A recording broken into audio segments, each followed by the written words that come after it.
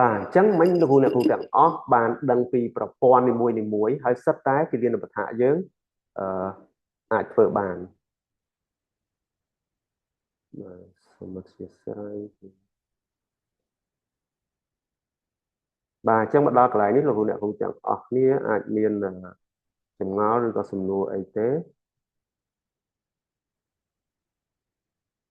ដើម្បីយើងបន្តទៅមុខទៀត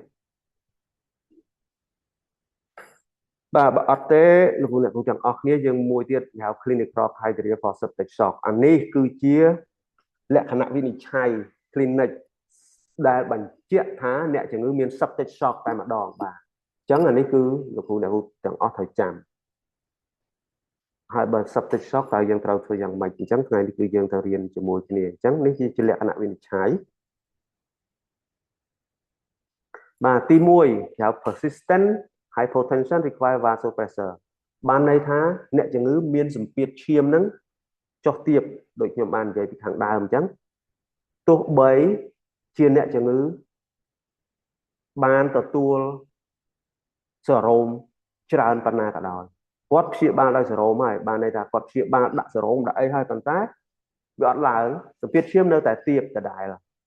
ហើយតម្រូវឲ្យប្រើថ្នាំ vasopressor បាទតម្រូវឲ្យប្រើថ្នាំពពួក vasopressor គឺថ្នាំធ្វើឲ្យសរសៃឈាមរួមត្បៀតបាទហើយការប្រើប្រាស់ថ្នាំបែបហ្នឹងគឺគេមិនចេះតែប្រើទេគឺគេប្រើមានគោលបំណងថាធ្វើយ៉ាងណាឲ្យ MAP នេះបានលើសពីឬក៏ស្មើ65មីលីម៉ែត្របារ៉តបាទអញ្ចឹងអានេះគឺជា septic shock កាលណា septic shock resuscitation ជាមួយ fluid ភាគច្រើនគឺអត់បានវិលមកធម្មតាវិញទេគឺអត់ឡើងតែម្ដងបាទឲ្យសេរ៉ូមច្រើនប៉ុណ្ណាក៏អត់ឡើងដែរតើតែប្រើថ្នាំពពួក vasopressor បាទទី2គេអាចមើលបានមួយទៀតគឺសេរ៉ូមឡាក់តាតបានន័យថាលោកគ្រូអ្នកគ្រូទាំងអស់អាចគ្រាន់តែជួសឈាម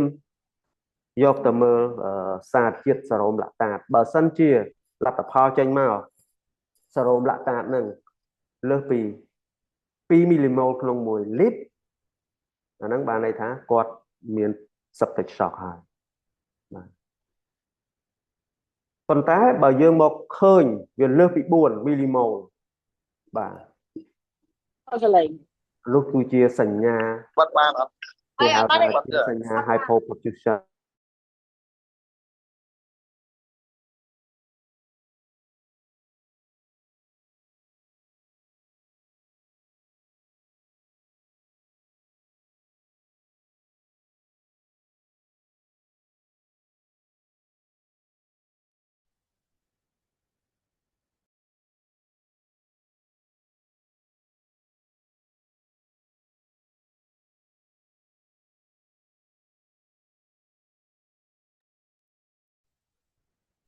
ជំរាបសួរលោកគ្រូវណ្ណរា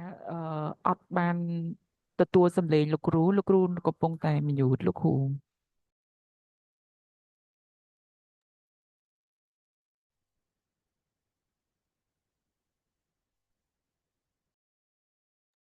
បាទសូមអធិស្ឋានលើសម្លេងខ្ញុំវិញនៅលោកអ្នកគ្រូទាំងអស់គ្នាទទួលបានវិញលោកគ្រូមិញដាច់ត្រឹមកន្លែងណាដែរខ្ញុំបានដាច់ដាច់ត្រឹមស្រោមលាក់តាតមុនពេលទៅដល់លោកគ្រូដល់ Q sofa លោកគ្រូអូខេបាទអរគុណច្រើនមែនតើបាទអញ្ចឹងសូមបញ្ជាក់ថាឥឡូវខ្ញុំសង្ខេបខ្លីបន្តិចតាក់ទងសរោមលាក់តាតនឹងបាទអញ្ចឹងបើសិនជាបូមឈាមទៅមើលសរោមលាក់តាតលើសពី2មីលីម៉ូលបានន័យថាគាត់តម្រូវការជាតិទឹកហើយបានអ្នកជំងឺប្រឈមនឹង shock ហើយបាទហើយតែបើសិនជាសរោមលាក់តាតគាត់លើសពី4មីលីម៉ូលក្នុង1លីត្រនឹងវិញបានន័យថាគាត់គឺ severe hypotension បានន័យថា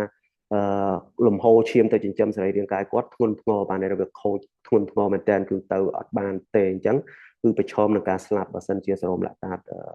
លើសពី4បាទអញ្ចឹងលោកគ្រូអ្នកគ្រូទាំងអស់សួរថាលោកគ្រូកន្លែងខ្ញុំអត់មានទេអាសរោមលាក់តាតហ្នឹងនោះបាទអត់មានទេលោកគ្រូមកបរៀនអញ្ចឹងខ្ញុំក៏មិនដឹងធ្វើម៉េចដែរមិនបញ្ហាខ្ញុំដាក់ tool មួយទៀតគេហៅថា Q sofa តាមពិតទៅ tool ឬក៏ឧបករណ៍ក្នុងការវាយតម្លៃ septic shock នេះគេមាន tool ជាច្រើនផ្សេងជាច្រើនបាទវាមាន Q sofa វាមាន sofa វាមាន surf វាមានអីផ្សេង tool ច្រើនផ្សេងណា ក៏ប៉ុន្តែ tool ខ្លះវាជាប់តាក់ទងនឹងយើងធ្វើអត់បានឧទាហរណ៍ដូច search យ៉ាង tool search គឺតម្រូវឲ្យយើងបូមឈាមយកធ្វើ bypass cell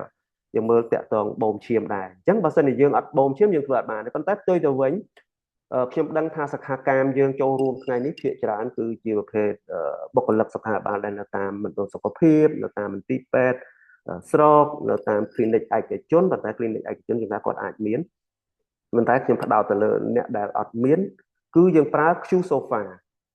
SOFA នេះបើយើងមើលពាក្យពេញតែយើងមិនចាំបាច់ចេះក៏បានទេគេហៅ Quick Sequential Organ Failure Assessment យើងអត់ចាំបាច់ចេះពាក្យហ្នឹងទេយើងចេះតែឧបករណ៍មួយយើងប្រើពាក្យ Q SOFA ទៅអញ្ចឹង Q SOFA នេះគឺយើងអាចប្រើបាននៅគ្រប់កន្លែងដែលយើងនៅជិតអ្នកជំងឺ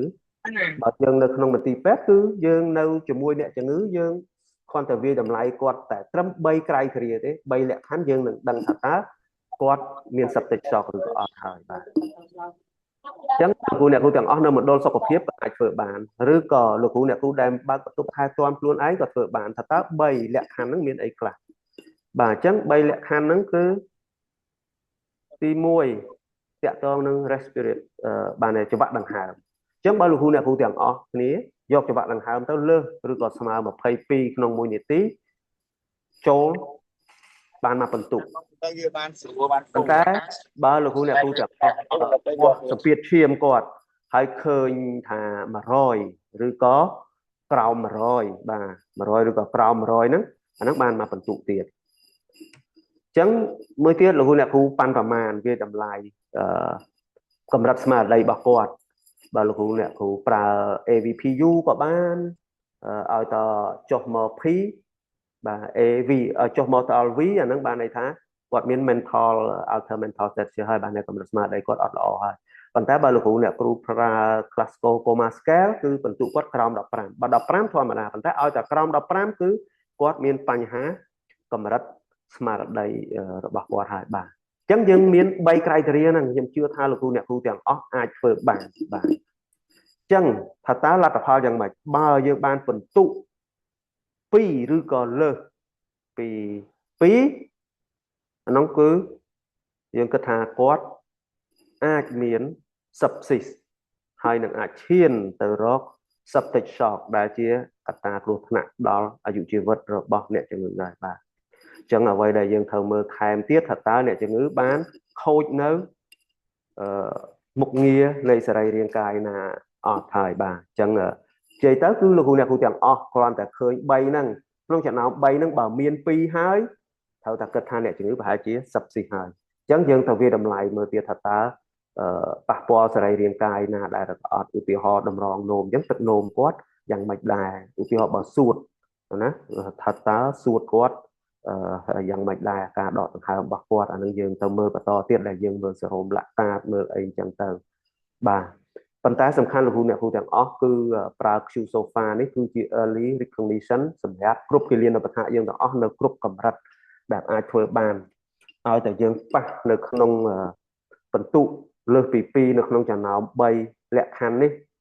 លោកគ្រូអ្នកគ្រូត្រូវតែពិចារណាទៅលើវិបត្តិមុខងារសរីរាង្គផ្សេងហើយបើមិនចឹងទេអ្នកជំងឺគាត់នឹងអាចឈានទៅដល់គ្រោះថ្នាក់ដល់ជីវិតណាបាទអញ្ចឹងនេះគឺជាកលឹះដែលខ្ញុំបង្ហាញថ្ងៃនេះបាទអញ្ចឹងតមកទៀតគឺយើងមើលតទៀតអញ្ចឹងលោកគ្រូអ្នកគ្រូទាំងអស់ខាងលោកគ្រូឲ្យ vaso